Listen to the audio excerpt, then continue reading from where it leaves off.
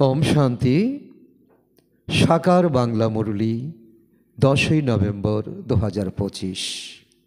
আজকে বাবা বলেছেন, মিষ্টি বাচ্চারা, তন মন ধন বা মনসা বাণী কর্মের দ্বারা এমন সার্ভিস করো যাতে 21 জন্মের জন্য বাবার থেকে প্রালব্ধ পাওয়া যায়।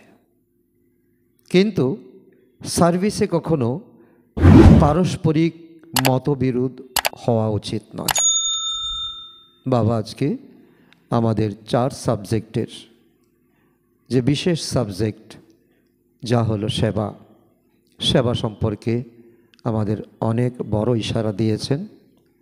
এমনিতে বাবা মুরলীতে বলেন, এই সঙ্গম যুগে যদি আমরা ত্যাগ করি তাহলে আমরা তাজ প্রাপ্ত করব, যদি আমরা তপস্যা করি তাহলে তিলক প্রাপ্ত করব, অর্থাৎ রাজার গ্যারান্টি।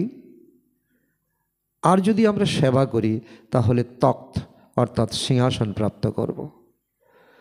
তো একেই আরও বিস্তৃতভাবে বাবা বলছেন, এই সময় সেবা শুধু কর্মের সেবা নয়, তা হচ্ছে ধনের, মনের, কর্মের, বাণীর দ্বারা। আর এই টার্গেট বাবা দিয়েছেন, এই দুনিয়াতেও মানুষ অনেক কম্পিটিশন করে, অনেক ডিগ্রি লাভ করে, কিন্তু এক জন্মের জন্য। আর এখন বাবা আমাদের কম্পিটিশন করাচ্ছে, কিন্তু সেখানে কোনো রকম রিস নেই। দুনিয়াতে রিস আছে, এখানে কোনো রিস নেই। আর দুনিয়াতে এক জন্মের জন্য, আর এখানে 21 জন্মের জন্য আমাদের ভাগ্য নির্ধারিত হয়।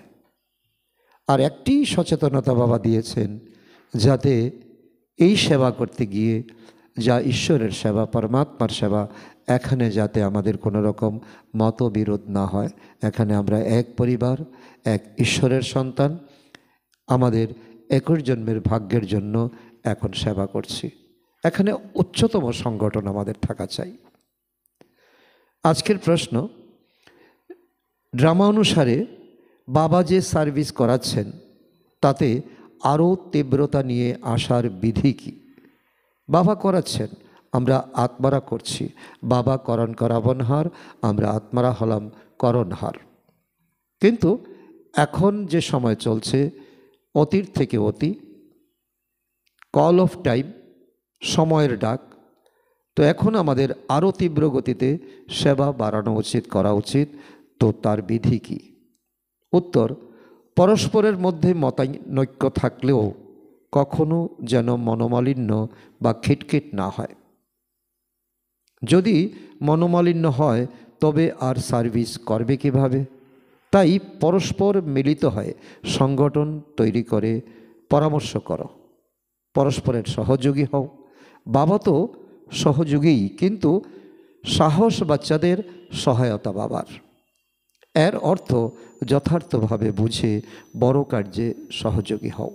কারণ এখন সবথেকে বড় কার্য হলো এই দুনিয়া থেকে, এই দুনিয়ার সকল মনুষ্য আত্মাকে ইউনিভার্স করা, এক মতে, এক মতে, এক ধর্মে, এক ভাষায় তাদেরকে মনসংযোগ করা।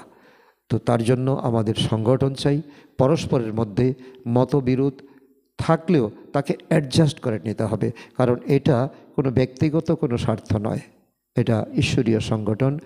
ঈশ্বরের এই অশ্বমেধ, রুদ্র, গীতা, জ্ঞান যজ্ঞকে বৃদ্ধি করার জন্য আমাদের সকলের এখন উঠে পড়ে লাগা উচিত।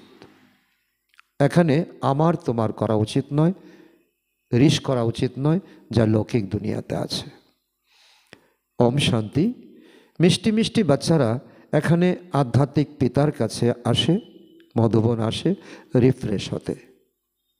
যখন রিফ্রেশ হয়ে ফিরে যায়, তখন অবশ্যই ফিরে গিয়ে কিছু করে দেখাতে হবে, তবেই তো সকলে বুঝবে না সে ত্যাগ করেছে, তপস্যা করেছে, মধুবন গেছে, বাবার মিলন করেছে।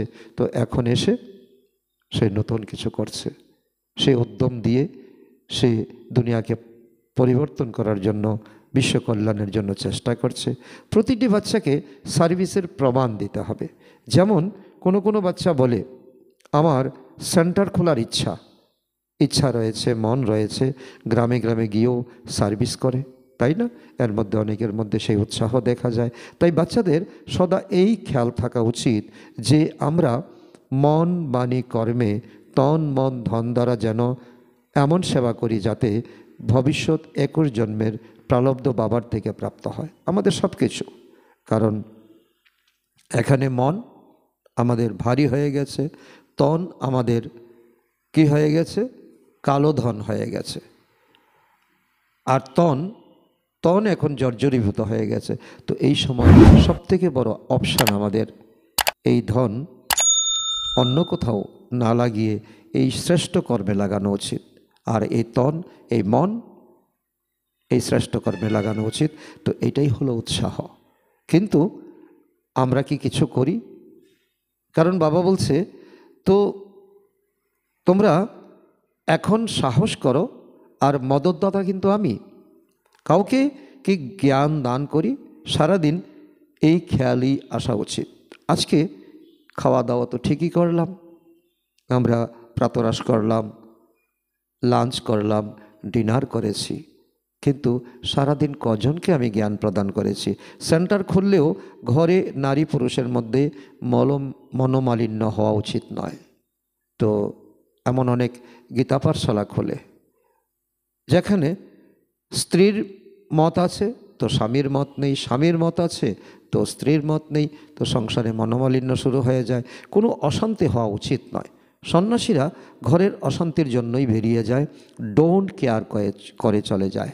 তাদের স্ত্রী থাকে, বাচ্চা থাকে, মাতা পিতা থাকে, পরিবার থাকে, ডোন্ট কেয়ার। তারা মনে করেন আমার পুরুষার্থই সবচেয়ে বড় জিনিস। তখন গভর্নমেন্ট কি তাকে আটকায়? এমনকি কোনো আইন বের করতে পারে না। তো ওখানে কেবল পুরুষরাই বেরিয়ে পড়ে।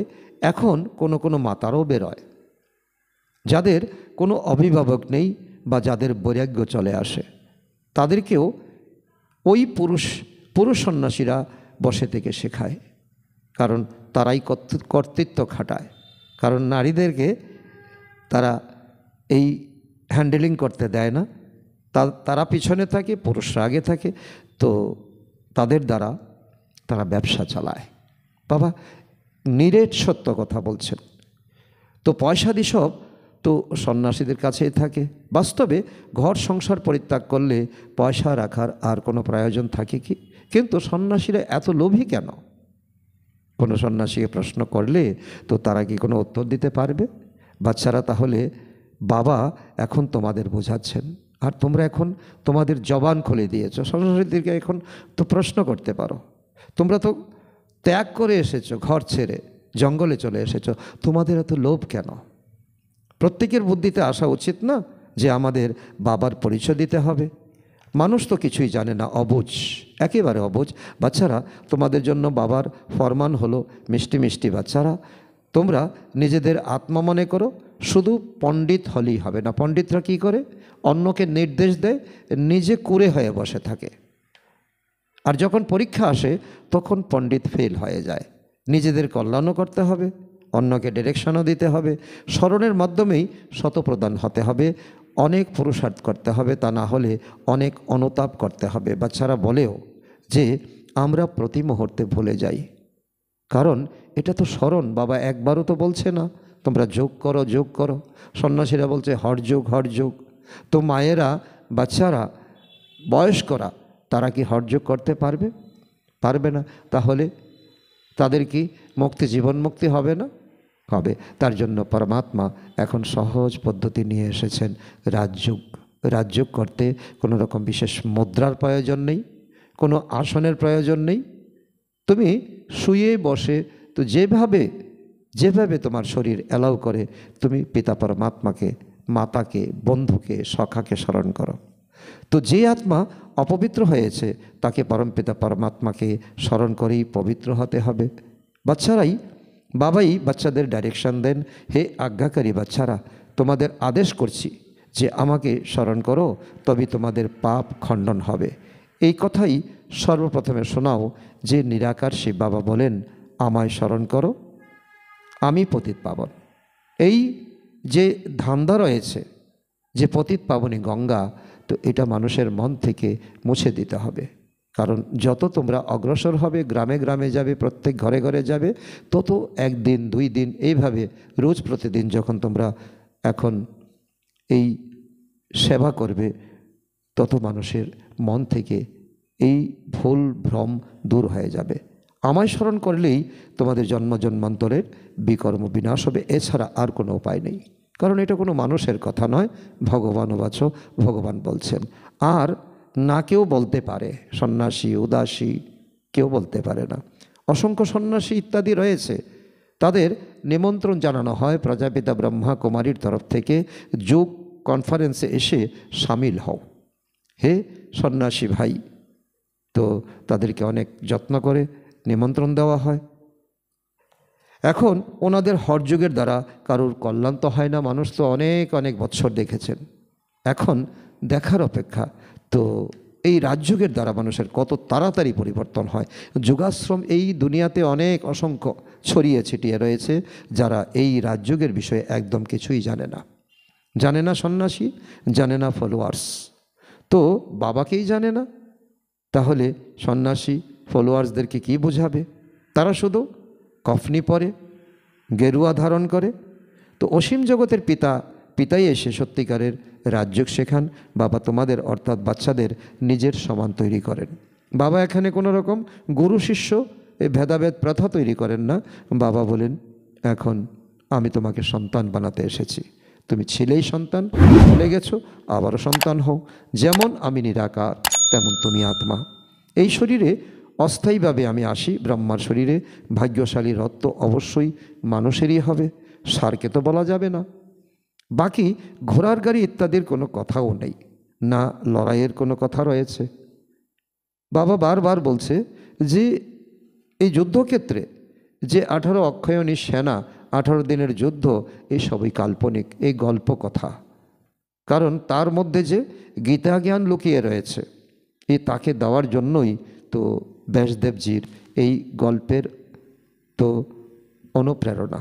তোমরা জানো বাচ্চারা যে আমাদের এই লড়াই মাঠে নয়, আমাদের লড়াই হচ্ছে মনে, অর্থাৎ মায়ার সঙ্গে লড়াই।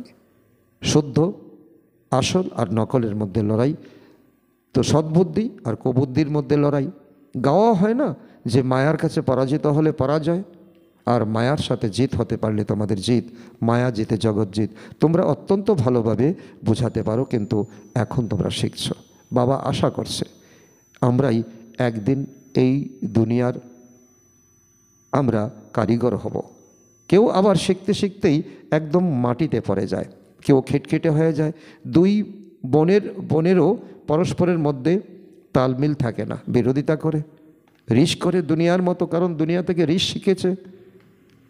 তোমাদের পরস্পরের মধ্যে কোনো মনোমালিন্য হওয়া উচিত নয়। মনোমালিন্য হলে তখন বাবা বলবেন এরা কি সার্ভিস করবে, কারণ নিজেদের মধ্যে মিলেমিশে থাকতে পারে না, দুনিয়াকে মিলাবে কি করে। অনেক ভালো ভালোদের অর্থাৎ বাচ্চাদের এমন হাল হয়ে যায়, এখন যদি মালা তৈরি করা হয় তাহলে বলা হবে যে এই মালা ডিফেক্টেড। এই দুনিয়াতে তো ডিফেক্টেড বলে যে শব্দটা আছে, তো দুনিয়ার এই কথাটা কারো পছন্দ নয়। খাবার জিনিস যদি ডিফেক্টেড হয় তো খাবে না, পরার জিনিস যদি ডিফেক্টেড হয় পরবে না। তো এর মধ্যে তো এই অবগুণ রয়েছে, বলবে না? অবশ্যই বলবে। ড্রামা প্ল্যান অনুসারে বাবা সার্ভিসও করাতে থাকেন, ডাইরেকশন দিতে থাকেন। কারণ করাবনহার বাবা, করণহার হলাম আমরা আত্মা। দিল্লির চতুর্দিকে বাবা নতুন আইডিয়া দিচ্ছেন, সেবার জন্য সমাবেশ করো, জড়ো হও। দিল্লি হলো রাজধানী, তো এ কি শুধু একজনই করবে? না, তা করবে না, তো অনেকে মিলেমিশে পরস্পর মিলেমিশে পরামর্শ করতে হবে, সকলেরই একমত হওয়া উচিত। বাবা এক, কিন্তু সহযোগী বাচ্চারা ছাড়া কি করবেন? কারণ বাচ্চাদের দ্বারা তো বাবা করাচ্ছেন, বাবা করছেন না করাচ্ছেন না, বাবা বাচ্চাদের দ্বারা করাবেন। তোমরা সেন্টার খোলো, মত নাও। বাবা জিজ্ঞাসা করেন সহায়তা করবে তো? তো বাচ্চারা কি বলে? হ্যাঁ বাবা, যদি সহযোগী না হই তাহলে কিছুই করতে পারবো না। কারণ এই ধন, এই তন, এই মন তো এই পুরানো দুনিয়াতে কি কাজে লাগবে? কোনো কাজেই লাগবে না। ঘরে মিত্র পরিজনরা আসে, তাই না? যদিও গালিও দেয়, তারা বিরোধিতাও করে, তোমরা সেসবের পরোয়া করবে না। তো বাবা অনেক বড় আমাদেরকে তো পরামর্শ দিচ্ছেন, কারণ লোকলাজ আমাদের দেখতে নেই। বাচ্চারা তোমাদের পরস্পর বসে পরামর্শ করা উচিত। যেমন সেন্টার খোলার সময়ও সকলে মিলে লেখে না, বাবা আমি ব্রাহ্মণীর পরামর্শ মতো এই কার্য করছি। কারণ সেন্টার যদি কেউ নতুনভাবে তৈরি করে, তো সে যখন সমর্পণ করে তখন তাকে এইভাবে খোলা মনে বাবাকে দিতে হয়। এটাই হলো সমর্পণ। সেন্দ্রী ভাষায় বলা হয় 1-এর সঙ্গে 2 মিললে 12 হয়, অর্থাৎ 12 জন তো হলে আরও ভালো রায়, অর্থাৎ যুক্তি, তাই না? যুক্তি বেরোবে। তো কোথাও কোথাও একে অপরের থেকে পরামর্শ নেয় না। তো এখন এভাবে কোনো কাজ হতে পারে কি একা একা কোনো রকম সিদ্ধান্ত নেওয়া? তো বাবা বলবেন যতক্ষণ পর্যন্ত তোমরা পরস্পর সংগঠিত না হবে ততক্ষণ পর্যন্ত তোমরা এত বড় কার্য করবে কীভাবে? তো ছোট দোকান বড় দোকানও হয়, তাই না? পরস্পর মিলিত হয়ে সংগঠন তৈরি করে। এইভাবে কেউই বলে না যে তুমি সাহায্য করো, কারণ সেখানে অনেক গম্ভীরতা, অনেক ইগোনেস থাকে, অহংকার থাকে। প্রথমে তো সহযোগী তৈরি করা উচিত। তারপর বাবা বলেন সাহস তোমাদের আর সহায়তা আমার, আমি সহায়তা করছি, সাহস করে এগিয়ে যাও। প্রথমে তো নিজের সহযোগী করো। বাবা আমরা এতদিন করছি, বাকি তুমি সহায়তা করো। তো এরকম নয় যে প্রথমে তুমি বাবা সাহায্য করো, না, বাবা আমাদের সাহায্য অবশ্যই করবে, সাহস আমাদের দেখাতে হবে। যে পুরুষের অর্থাৎ মানুষের সাহস আছে, ঈশ্বর তাকে সাহায্য অবশ্যই করেন। এর অর্থ বাচ্চারা বোঝে না, কারণ ভক্তি থেকে এসেছে, সাক্ষাৎকার চাই, আমাকে দেখাও। প্রথমে তো বাচ্চাদের সাহস চাই। কে কে কী সাহায্য করে সমস্ত পোতামের লিখবে, অমুকে অমুকে এই সাহায্য করে, নিয়ম অনুসারে লিখে দেবে। এছাড়া এভাবে এক এক করে কি বলবে যে আমরা সেন্টার খুলছি সাহায্য করো? না, তা বলবে না, কারণ এটা ভক্তি মার্গ নয়, এটা সাহায্য চাওয়া নয়। তো বাবা বলেন চাওয়ার থেকে মরা ভালো। এরকমভাবে কি বাবা খুলতে পারেন না? সবার থেকে সাহায্য চেয়ে, কিন্তু না, ভিতর থেকে ডেডিকেশন আসতে হবে। কিন্তু এভাবে তো হতে পারে না। কমিটিতে পরস্পর মিলতে হয়। তোমাদের মধ্যেও নম্বর অনুক্রমে রয়েছে, তাই না? কেউ কেউ তো একদমই কিছু বোঝে না, কেউ আবার শতপ্রফুল্লিত থাকে। বাবা মনে করেন এই জ্ঞানে অত্যন্ত খুশি থাকা উচিত। একজনকেই বাবা টিচার গুরুরূপে তো পাওয়া যায়, 3 in 1, তবে তো খুশি হওয়া উচিত, তাই না? দুনিয়ায় এই কথা কেউই জানে না। সেই বাবা হলেন জ্ঞানের সাগর, পতিত পাবন, সকলেরই সদ্গতিদাতা, সকলের বাবাও তিনি একজন। এসব আর কারোর বুদ্ধিতে নেই। বাচ্চারা তোমরা এখন জানো যে তিনি হলেন নলেজফুল লিবারেটর গাইড। এই 3 বিশেষণ এই পরমাত্মার সঙ্গেই লাগে। এই দুনিয়াতে এই টাইটেল কেউ প্রাপ্ত করতে পারে না। তাই বাবার মতানুসারে চলতে হবে। তিনি যে নলেজফুল, তিনি যে লিবারেটর, তিনি যে গাইড। পরস্পর মিলিত হয়ে তো পরামর্শ করলে করতে হবে, খরচা করতে হবে। তো একের মত চলতে পারে না। সহযোগী হিসেবে সকলকে চাই, এও তো বুদ্ধি থাকা উচিত। বাচ্চারা তোমাদের ঘরে ঘরে মেসেজ পৌঁছে দিতে হবে। কেউ জিজ্ঞাসাও করে বিয়ের নিমন্ত্রণ পাই, যাব কি? বাবা বলেন কেন যাবে না, যাও, গিয়ে তো নিজের সার্ভিস করো, ভাগ্য বাড়াও, অনেকের কল্যাণ করো, ভাষণও দিতে পারো। মৃত্যু সম্মুখে দাঁড়িয়ে রয়েছে, তো বাবা বলেন মামেকম স্মরণ করো। এখানে সব পাপাত্মারা রয়েছে, বাবাকেই গালি দিতে থাকে, কারণ বিকার থেকে বাবা ছড়াচ্ছেন, আর সেই জন্য গালি তো বাবাকে খেতে হবে। বাবার থেকে তোমাদের বিমুখ করে দেয়। গায়নও রয়েছে না, বিনাশকালে বিপরীত বুদ্ধি। কে বলেছেন? স্বয়ং বাবা বলেছেন আমার সঙ্গে প্রীত বুদ্ধি নেই, কারণ এই দুনিয়া বিনাশ হবে আর আমার বাচ্চারা বেঘরে প্রাণ দেবে। এটা কি কোনো পিতা সহ্য করতে পারেন? বিনাশকালে বিপরীত বুদ্ধি হয় বাচ্চাদের, আমাই জানে না, জানার চেষ্টাই করে না, জ্ঞান পাওয়ার পরেও তো ভুলে যায়। তো যাদের প্রীত বুদ্ধি, যারা আমার স্মরণ করে, তারা বিজয় প্রাপ্ত করে। যদিও প্রীত বুদ্ধি রয়েছে কিন্তু স্মরণ করে না, তাই পদও কম প্রাপ্ত করবে। বাবা বাচ্চাদের ডাইরেকশন দেন। মূল কথা হলো সকলকে মেসেজ দেওয়া, বাবাকে স্মরণ করে পবিত্র হয়ে পবিত্র দুনিয়ার মালিক হতে হবে। এই নিমন্ত্রণ কার জন্য? বাচ্চাদের জন্য। ড্রামা অনুসারে তো বাবাকেও বৃদ্ধ শরীর ধারে নিতে হয়, বানপ্রস্থ অবস্থায় প্রবেশ করতে হয়। ব্রহ্মার শরীরে 60 ঊর্ধ্ব বয়সে ব্রহ্মার শরীরে প্রবেশ করেছেন। তো মানুষ বানপ্রস্থ অবস্থাতেই ঈশ্বর মিলনের জন্য পরিশ্রম করে, ভক্তিতে মনে করে জপ তপাদি করা এ হলো ভগবানের সঙ্গে মিলিত হওয়ার পথ। সব পথ এক, সব পথ ভিন্ন ভিন্ন, কিন্তু জায়গার ঠিকানা আলাদা এমনভাবে বলে, কিন্তু পরমাত্মা বলে না। কারণ একটাই পথ, একটাই মত, সে হলো ঈশ্বরীয় মত। কবে প্রাপ্ত হবে তা কিছু জানা নেই, সবাই অপেক্ষা করে বসে আছে। কলিযুগের এখনও 40,000 বছর বাকি। তো জন্মান্তরে ধরে ভক্তি করে এসেছে, ভগবানকে তো কেউ পায়নি। এ কথা বুঝেই না যে বাবা তখনই আসবেন যখন পুরানো দুনিয়াকে নতুন করে গড়তে হবে। রচয়িতা হলেন বাবাই, চিত্র রয়েছে, কিন্তু ত্রিমূর্তি শিবকে দেখানো হয় না। শিব বাবা ব্যতীত ব্রহ্মা বিষ্ণু শঙ্করকে দেখানো হয়, যেন গলা কাটা হয়েছে। বাবাকে ছাড়া অনাথ হয়ে গেছে। বাবা বলেন, আমি এসে তোমাদের ধনী অর্থাৎ সনাত করি। 21 জন্মের জন্য তোমরা সনাত অর্থাৎ ধনী হয়ে যাও, কোনো কষ্ট থাকে না। তোমরাও বলবে যে যতদিন পর্যন্ত না বাবাকে পেয়েছি ততদিন পর্যন্ত আমরাও সম্পূর্ণ অনাথ তুচ্ছ বুদ্ধি সম্পন্ন ছিলাম। কারণ বাবাকে পেয়ে যখন তার প্রাপ্তি হয় তখন সে অনুভব করতে পারে, তখন সে অনুভব শোনায়। পতিত পাবন বলে, কিন্তু তিনি কখন আসবেন তা কিন্তু জানে না। ডাকছে ভিন্ন ভিন্ন নাম ধরে, কিন্তু প্রকৃত নাম, প্রকৃত সম্পর্ক জানে না। পবিত্র দুনিয়াই হলো নতুন দুনিয়া। বাবা কত সহজভাবে বোঝান। এখনের একটু ত্যাগ, তপস্যা, সেবা। তোমরাও বুঝতে পারো যে আমরা বাবার হয়ে গেছি, স্বর্গের মালিক অবশ্যই হব। শিব বাবা হলেন অসীম জগতের পিতা।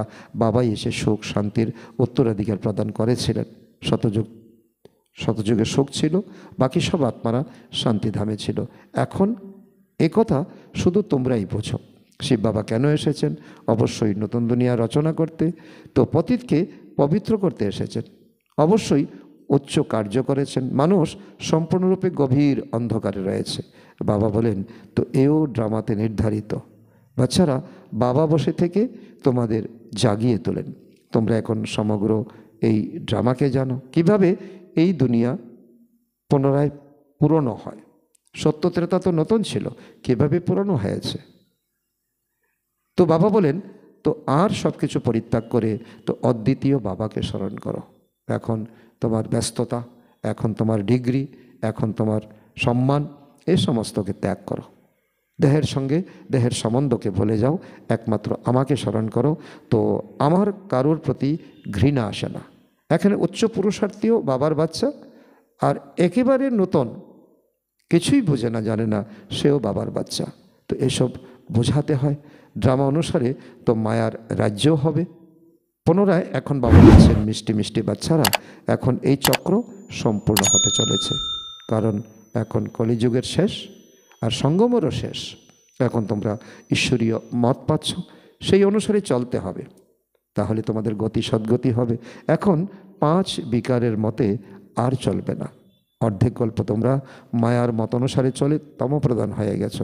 এখন আমি তোমাদেরকে শতপ্রধান বানাতে এসেছি। এই খেলা হলো শতপ্রধান আর তমপ্রধানের।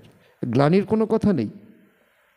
বলা হয় ভগবান এই যাতায়াতের খেলা কেন রচনা করেছেন? একবার যাব, আবার আসব, নিচে নামবো, তো কেন রচনা করেছেন? তো কেনর কোনো প্রশ্নই ওঠে না। এই হলো ড্রামার চক্র।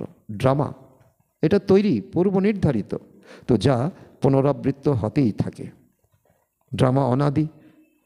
তো ভগবানের থেকে শক্তিশালী হলো ড্রামা। ড্রামা কে বানিয়েছে, কবে বানিয়েছে? তো আত্মা কে বানিয়েছে, পরমাত্মা কে বানিয়েছে? তো বাবা বলছে এটা অনাদি। তার বেশি ব্যাখ্যা বাবার কাছেও নেই। এখন কলিযুগ, শতযুগ গত হয়ে গেছে, পুনরায় এখন বাবা এসেছেন। বাবা বাবা বলতে থাকো, তবেই তোমাদের কল্যাণ হতে থাকবে। বাবা বলেন, এ হলো অতি গুপ্ত রমণীয় কথা। কারণ জীবনের এত কমপ্লিকেশন, আর কমপ্লিকেশনের এত সুন্দর একটা রায়, এত সহজ, তো এর থেকে সহজ আর কি হতে পারে? কথিত আছে না যে বাঘিনীর দুধের জন্য সোনার পাত্র চাই।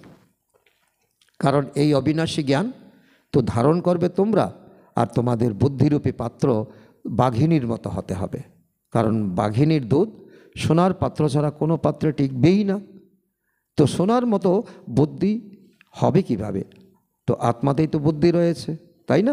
আত্মা বলে আমার বুদ্ধি এখন বাবার দিকে রয়েছে। তো এটাই হলো সোনার পাত্র। বা আমি বাবাকে খুব স্মরণ করি, কিন্তু বসে বসে বুদ্ধি অন্য দিকে চলে যায়, তাই না? তো এই বুদ্ধিকে তো লাগাম পরানো খুবই কষ্ট। অন্যান্য কাজকর্ম অর্থাৎ ধান্দা বুদ্ধিতে আসতে থাকে, কারণ এখন বসেছি বাবার স্মরণের জন্য, কিন্তু এই মনে অন্য চিন্তা চলে আসে, তাহলে তারা তোমাদের কথা শুনবেই না। তাই পরিশ্রম আছে, কারণ ব্যস্ততার মধ্যে, সংসারের মধ্যে, সম্বন্ধের মধ্যে থেকে বাবাকে স্মরণ করা এটা কোনো মাসির ঘর নয়। মৃত্যু যত নিকটে আসতে থাকবে তোমরাও তত বেশি করে স্মরণ করতে থাকবে। মৃত্যুর সময় সকলে বলে না যে ভগবানকে স্মরণ করো? তারা কি জানে ভগবানকে? যে বলছে সেও জানে না, যাকে বলছে সেও জানে না।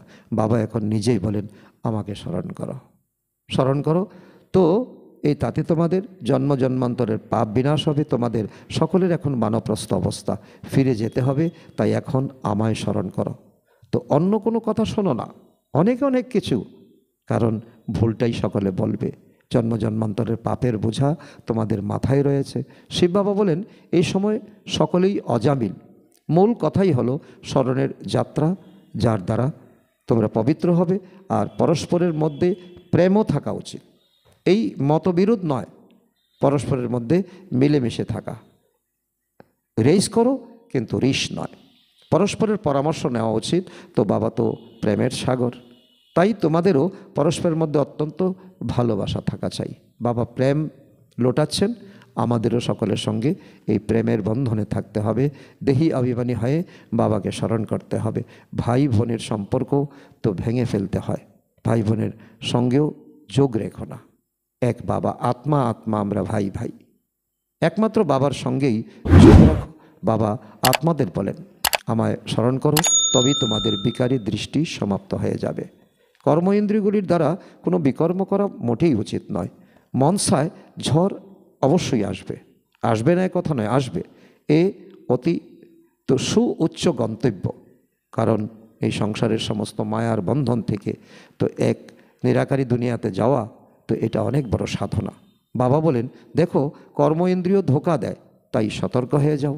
যদি উল্টোপাল্টা কার্য করে ফেলো তাহলে শেষ, চড়লে তবেই চাকবে। তো বৈকুণ্ঠ রস, আর পরে গেলে চকনাচোর, এ হলো লম্বা খেজুর। পরিশ্রম ব্যতীত কিছু হয়? কিছু হয় না, অনেক পরিশ্রম আছে। তো বাবা উদাহরণ দিয়ে বলছেন তুমি যদি গাছের উপরে উঠো তো খেজুর গাছে, তো খেজুর গাছের রস কত মিষ্টি, আর যদি পরে যাও তাহলে একেবারে তো হাড় গুঁড়ো হয়ে যাবে। আর এটা হলো লম্বা খেজুর। মনে রাখবে বাবার জ্ঞান, পরমধামে যাওয়া আসা, সাধনা করা। দেহসহ দেহের তো সমস্ত সম্বন্ধ ত্যাগ করো। কারোর কোনো বন্ধন নেই, তবু আটকে থাকে, কারণ রিটায়ার্ড পারসন, বয়স হয়ে গেছে, ধন দৌলতের কোনো অভাব নেই, তারপরও তার নেশা ধনের প্রতি, সম্পর্কের প্রতি। তো বাবার শ্রীমতে চলে না। লাখ দুই হোক বা যদি বড় কোনো কুটুম্ব হয়, তথাপি বাবা বলবে কাজকর্মে ব্যবসা দিতে বেশি আটকে পড়ো না, মানবপ্রাস্তি হয়ে যাও। খরচপত্রাদি সংকুচিত করে ফেলো। দরিদ্ররা দেখো কত সাধারণভাবে চলে। তো এখন কী সব জিনিস বেরিয়েছে তা আর জিজ্ঞাসা করো না। কত ধন নষ্ট করছে মানুষ। তো ধনবানদের খরচার উপর খরচা হতেই থাকে, তা না হলে পেটের জন্য বিশেষ আর কি চাই। এক পাও বলছে তো 250 গ্রামও লাগে না সারাদিন আনাজপাতি, তো 250 গ্রাম আটা, ব্যাস দুবেলা হয়ে যাবে। আচ্ছা, মিষ্টি হারানিধি বাচ্চাদের প্রতি মাতা পিতা বাপদাদার স্মরণের স্নেহ সমন আর সুপ্রভাত। আত্মাদের পিতা তার আত্মারূপী বাচ্চাদের জানাচ্ছেন নমস্কার। আমরা আত্মারূপী সন্তানরা আমাদের মাতা পিতা বাপদাদাকে জানাই স্মরণের স্নেহ সমন, সুপ্রভাত ও নমস্কার। ধারণার জন্য মুখ্য সার 1 নম্বর, পরস্পরের মধ্যে অনেক অনেক প্রেমময় হতে হবে, কিন্তু ভাই বোনের দৃষ্টিতে যোগ রাখবে না। আত্মা ভাই ভাই রূপে, কর্ম ইন্দ্রিয়ের দ্বারা কোনো বিকর্ম করা উচিত নয়। নাম্বার 2, এক ঈশ্বরের মতানুসারে চলে শতপ্রধান হতে হবে, মায়ার মতকে পরিত্যাগ করতে হবে, পরস্পর মিলিত হয়ে সংগঠনকে মজবুত করতে হবে, পরস্পরের সহযোগী হতে হবে। বরদান: লক্ষ্য অনুসারে লক্ষণের ব্যালেন্সের কলার দ্বারা উন্নতি কলার অনুভবী বাবার সমান সম্পন্ন ভব। বাচ্চাদের মধ্যে বিশ্ব কল্যাণের ভাবনাও আছে, তো বাবার সমান হওয়ার শ্রেষ্ঠ ইচ্ছাও আছে, কিন্তু লক্ষ্য অনুসারে যে লক্ষণ নিজে বা সবাই দেখে তা অন্তর থেকে যায়।